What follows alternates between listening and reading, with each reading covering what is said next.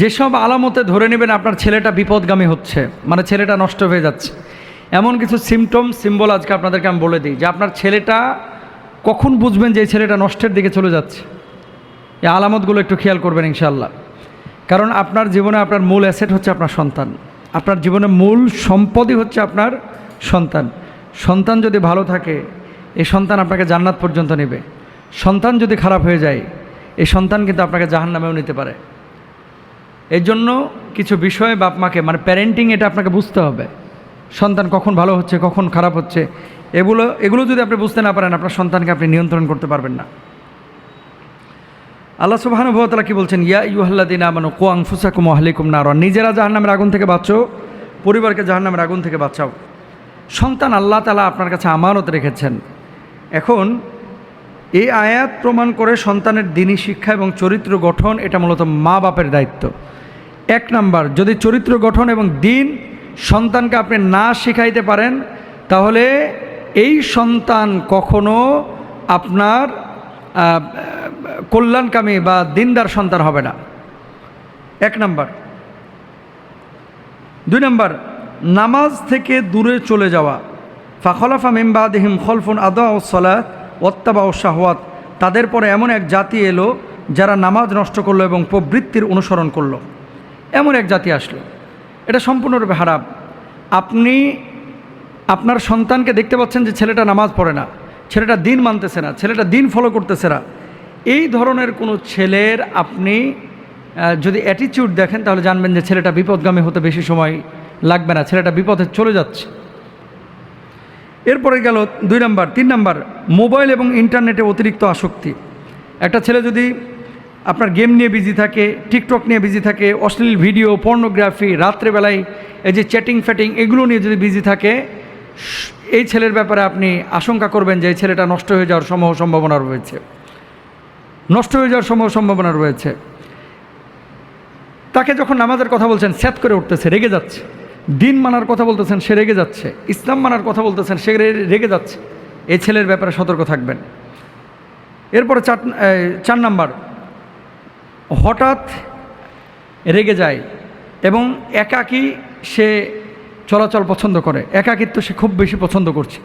এরকম যদি হয় তাহলে এই ছেলেটার ব্যাপারে আপনি আশঙ্কা করবেন।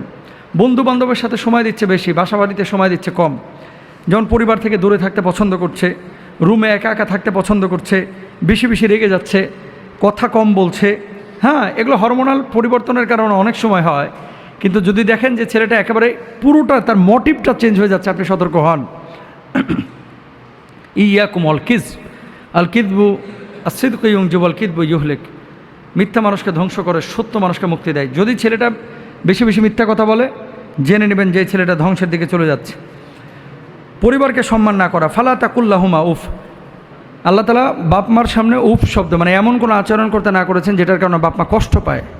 এখন আপনি যদি আপনার এই ছেলের বা আপনার মেয়ে আপনাকে সম্মান না করে, কন্টিনিউয়াস সে আঘাত করছে, কষ্ট দিচ্ছে, তাহলে এই ছেলের ব্যাপারে বা মেয়ের ব্যাপারে সতর্ক হয়ে যান, সে বিপদগামী হয়ে যাওয়ার সম্ভাবনা আছে। লাইসাল মুমিনু বিত্তআনি ওয়াল লাআন ওয়াল ফাহিশ। মুমিন গালিদাতা অশ্লীল ভাষী হয় না।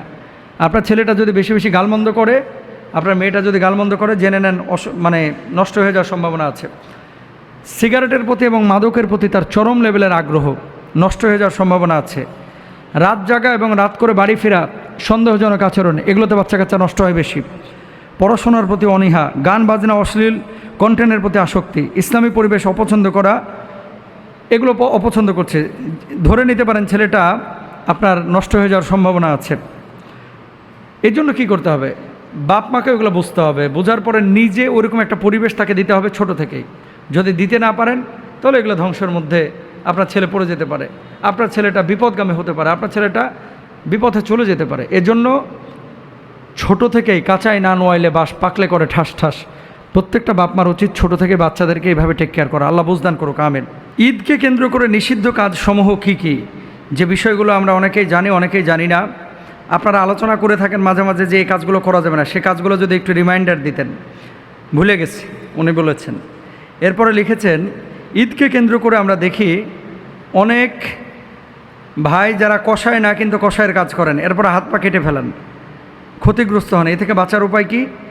এবং হুন্ডা রাইড যারা করে, মানে বাইক রাইড, বেপরোয়া চালানোর কারণে অনেকের জীবন বিনাশ হয়, এদের উদ্দেশ্যে যদি একটু নসিহত করতেন। ভাই, এই প্রশ্নটা একটা জাতীয় এবং আন্তর্জাতিক প্রশ্ন বলতে পারেন। আমি বুঝি না যে এই যে জেনজি গ্রুপটা, ঈদের দিন এরা কি হুন্ডা চালানো সুন্নত মনে করে কিনা, যে ঈদের দিনে এই বাইক রাইড করা। চানখারপুল থেকে উঠতেছে ভাই মাওয়াই, গিয়ার মারতেছে, ও নিজেও মরে, বান্ধবীকেও মারে, এরপরে হাত পাও ভাঙে।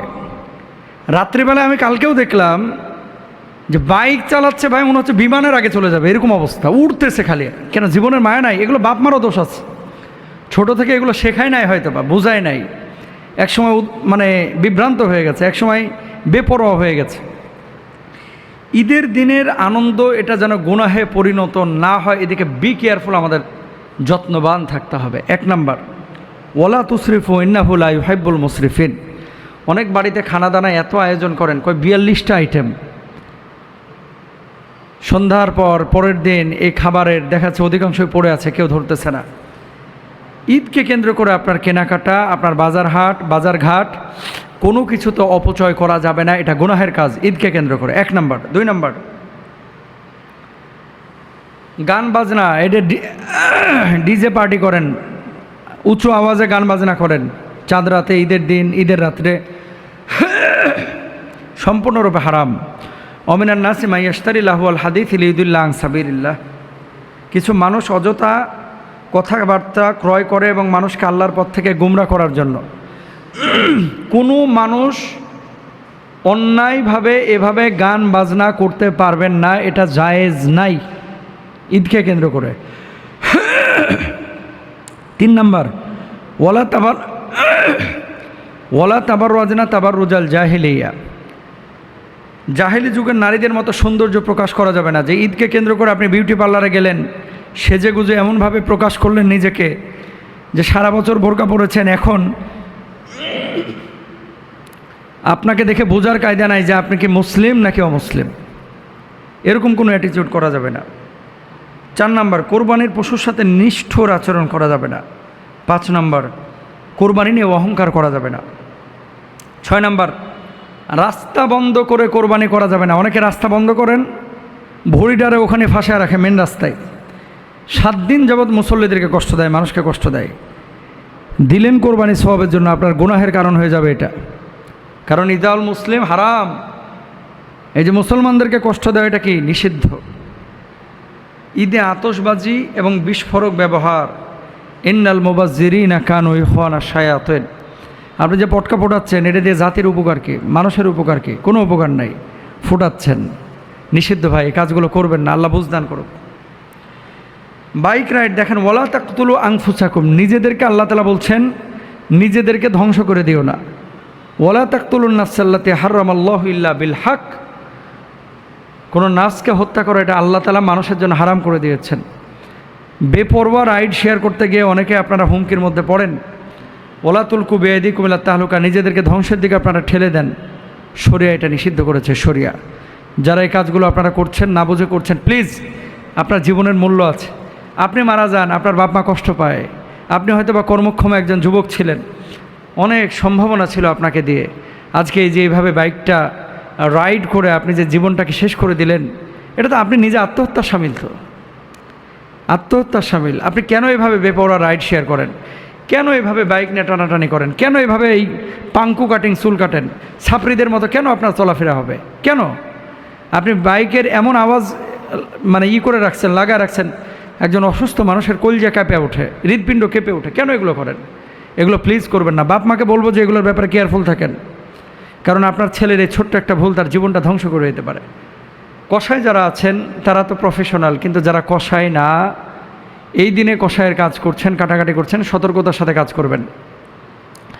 নবীজি সাল্লাল্লাহু আলাইহি ওয়াসাল্লাম এই ধরনের সতর্কতা অবলম্বন করেছেন, তারাও কোরবানি করেছেন, নিজ হাতে গোশত বানিয়েছেন, আপনারাও করবেন।